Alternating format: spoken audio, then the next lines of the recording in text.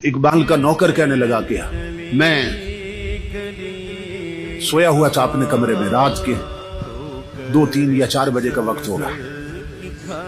अल्लामा इकबाल ने मुझे आके जगाया और मुझे फरमाने लगे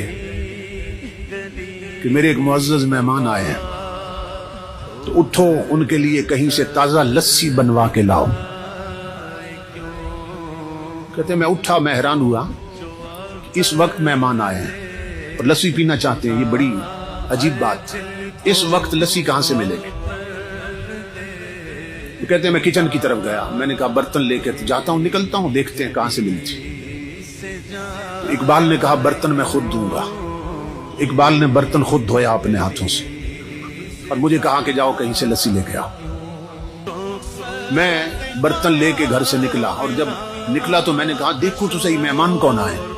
जब कमरे में झांका तो रोशनियों से मिलता जुलता एक इंसान बैठा था, जिसके चेहरे पर नूर की बारिश हो रही थी और जिसके चेहरे की चमक ने कमरे को मुनव्वर कर दिया था।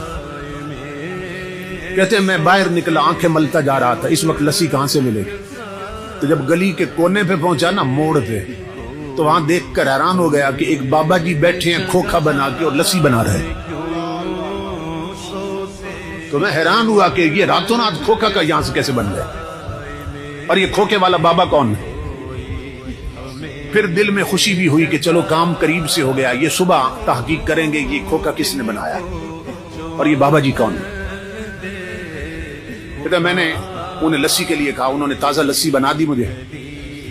तो मैंने कहा कि पैसे कितने हैं? तो वो हंस के फरमाने लगे ले जाओ, इकबाल से हमारा मामला चलता रहता है। तो मैं हैरान हुआ कि ये बाबा जी इकबाल को भी जानते हैं।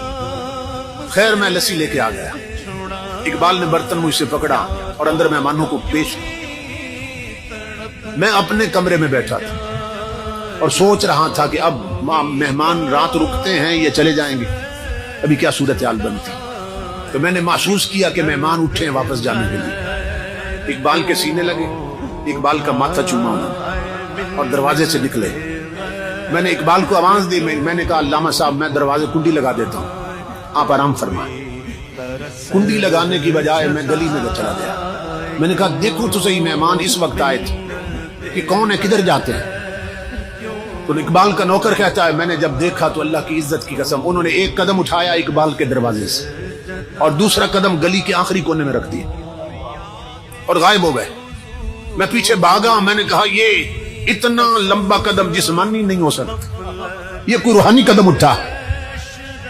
पीछे भागा, जब